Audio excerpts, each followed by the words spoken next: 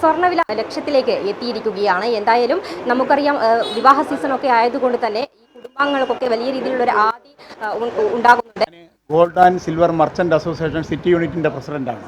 ഈ കടയുടെ വാടക, കറണ്ട് ബില്ല്, അതുപോലെ തന്നെ സ്റ്റാഫുകളുടെ ശമ്പളം, ബാക്കിയുള്ള ചിലവുകൾ ഇത് ഒരുപാട് വർദ്ധിച്ച് വരികയാണ്. അപ്പോൾ ഈ തരത്തിൽ മൊബൈലുകളും നോക്കി ജ്വല്ലറികളിലെ മുതലാളിയും തൊഴിലാളിയും ഒക്കെ ഇരിക്കുന്ന ഒരു സ്റ്റേജിലേക്ക് ഇത് മുന്നോട്ട് പോവുകയാണെങ്കിൽ ഒരുപാട് കട അടച്ചുപൂട്ടിൻ്റെ വക്കിലാവും. അപ്പോൾ ഇതിനെ ആഗോള വിപണിയിലുണ്ടാകുന്ന മാറ്റങ്ങളെന്നാണ് നമ്മുടെ നേതാക്കൾ ഇതിനെ പറയുന്നത്.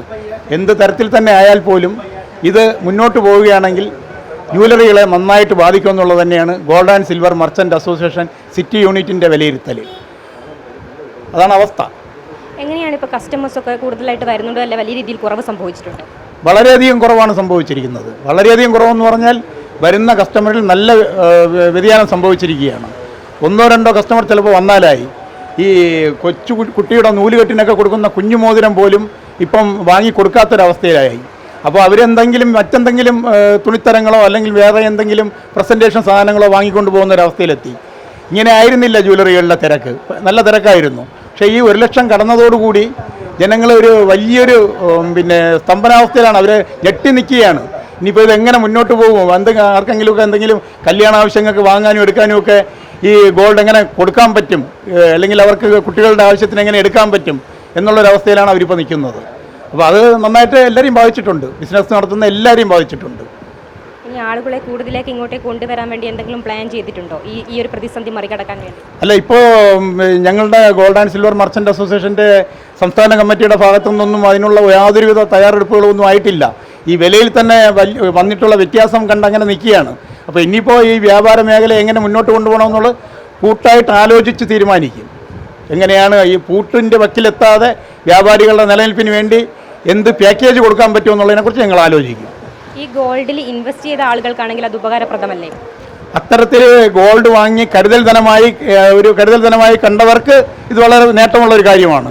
പക്ഷേ വ്യാപാരികളെ സംബന്ധിച്ചിടത്തോളം 1 ഗ്രാം വിൽക്കുന്നത് ഇന്നത്തെ മാർക്കറ്റ് വിലയിലാണെങ്കിൽ അവർ തിരിച്ചത് വാങ്ങി വെക്കുന്നത് അതേ വിലയിലേ കിട്ടുള്ളൂ.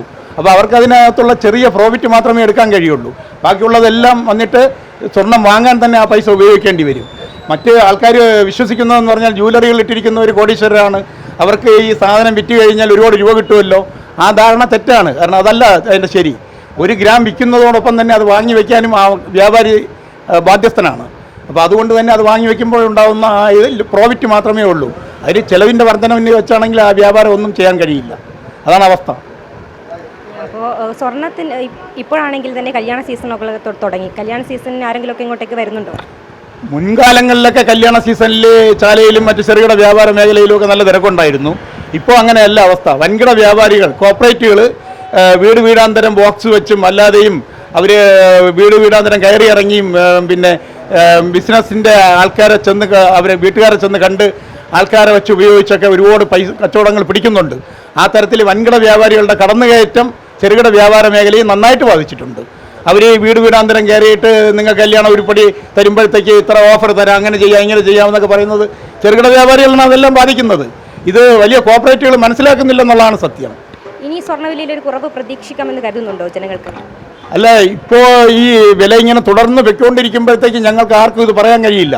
ഇത് ഒരു കുറവ് വരും എന്ന് ഞങ്ങൾക്ക് കരുതാൻ കഴിയുന്നില്ല. പക്ഷേ ഇനി മേലിൽ കുറച്ച് വർഷങ്ങൾ കഴിഞ്ഞിട്ടോ അല്ലെങ്കിൽ മാസങ്ങൾ കഴിഞ്ഞിട്ടോ ഇതൊരു ശകലം കുറവ് വന്നാലും ചിലപ്പോൾ വരാൻ സാധ്യത ഉണ്ടാവാം. പക്ഷേ നമുക്കറിയില്ല. ഇപ്പോൾ ഇതൊരു കരുതൽ ധനമായ ആൾക്കാർ വാങ്ങിക്കൂട്ടുന്നു എന്നുള്ളത് തന്നെയാണ്. വലിയ ബിസിനസ് കമ്പനികൾ പോലും ഇത് സ്വർണം ഇൻവെസ്റ്റ് ചെയ്യുന്നത് സ്വർണത്തിലേക്കാക്കി എന്നുള്ളതാണ് ഞങ്ങൾ മനസ്സിലാക്കുന്നത്. കുതിച്ചുയരുകയാണ് സ്വർണ്ണവില. എങ്ങനെയാണ് ഭയം മറികടക്കുക എന്ന് വെച്ചൊരു സംശയമാണ്. ഇതൊന്നും മറികടക്കാൻ പറ്റില്ല. സാധാരണക്കാർക്ക് ഇതെന്തായാലും മറികടക്കാൻ പറ്റില്ല.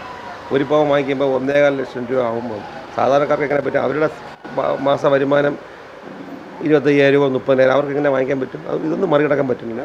സ്വർണ്ണവില കുറയാണെങ്കിൽ അത് കുറയും ചോദിച്ചാൽ അതും അറിയില്ല. സ്വർണ്ണ വ്യാപാരികൾക്കൊക്കെ ഇവിടെ എന്തെങ്കിലും ചർച്ചയൊക്കെ നടത്താനുള്ള പ്ലാൻ ഉണ്ടോ? ചർച്ച നടത്തിയിട്ടുണ്ടോ? ചർച്ച നടത്തിക്കൊണ്ടിരിക്കുകയാണ്. നടത്തിയിട്ടും ഒരു കാര്യമില്ല. നമ്മൾ നടത്തിയിട്ട് എന്ത് കാര്യം? ഇൻ്റർനാഷണൽ ലെവലിലാണ് ഈ മാർക്കറ്റ് തീരുമാനിക്കുന്നത്. അത് നമ്മൾ എന്തെങ്കിലും ഇവിടെ തീരുമാനിച്ച് എന്തെങ്കിലും നടക്കും നടന്നു വെച്ചാൽ അവരുടെ ബിസിനസ് നോക്കിയല്ലേ ചെയ്യുള്ളൂ. അവർക്ക് അത്രയും സ്റ്റോക്ക് ഉള്ളതുകൊണ്ട് അവർക്ക് നമ്മളെക്കാളും കഷ്ടമായിരിക്കാം. 100 പേര് ഒരു ദിവസം വരുമെന്നുണ്ടെങ്കിൽ ഇന്ന് അത് ഒരു 10 പേരെക്കാളും പിടിച്ചിരിക്കും. പൊന്നും വില എന്ന് നമ്മൾ കേട്ടിട്ടേ ഉള്ളൂ. ഇപ്പോൾ അത് തൊട്ടാൽ പൊള്ളുന്ന ഒരു വിലയിലേക്ക് എത്തിയിട്ടുണ്ട്. ഒരു മാന്ത്രിക സംഖ്യ കടന്നിരിക്കുകയാണ്. എന്തായാലും ഈ ചെറുകിട വ്യാപാരികളെ വലിയ രീതിയിൽ തന്നെ അത് ബാധിച്ചിട്ടുണ്ട്. വലിയ തിരിച്ചടിയാണ് അവർ നേരിടുന്നത്. എന്തായാലും വൻകിട വ്യാപാരികളിലേക്ക് എത്തുമ്പോൾ അതും അവർക്കൊരു തടസ്സമായി മാറുന്നുണ്ട്. എന്തായാലും കസ്റ്റമേഴ്സൊക്കെ 100 പേർ ഒരു ദിവസം വരുന്നുണ്ടെങ്കിൽ അതിപ്പോൾ 10 എന്ന ഒരു സംഖ്യയിലേക്ക് കുറഞ്ഞിട്ടുണ്ട് എന്നുള്ളതാണ്. എന്തായാലും സ്വർണ്ണവില കുറയുമെന്നൊരു പ്രതീക്ഷയും ഇവർക്ക് ഇല്ല എന്നുള്ളതാണ് പറയേണ്ടത്. ക്യാമറമാൻ അനിൽകുമാറിനൊപ്പം അനശ്വര, വിസ്മയ ന്യൂസ്, തിരുവനന്തപുരം.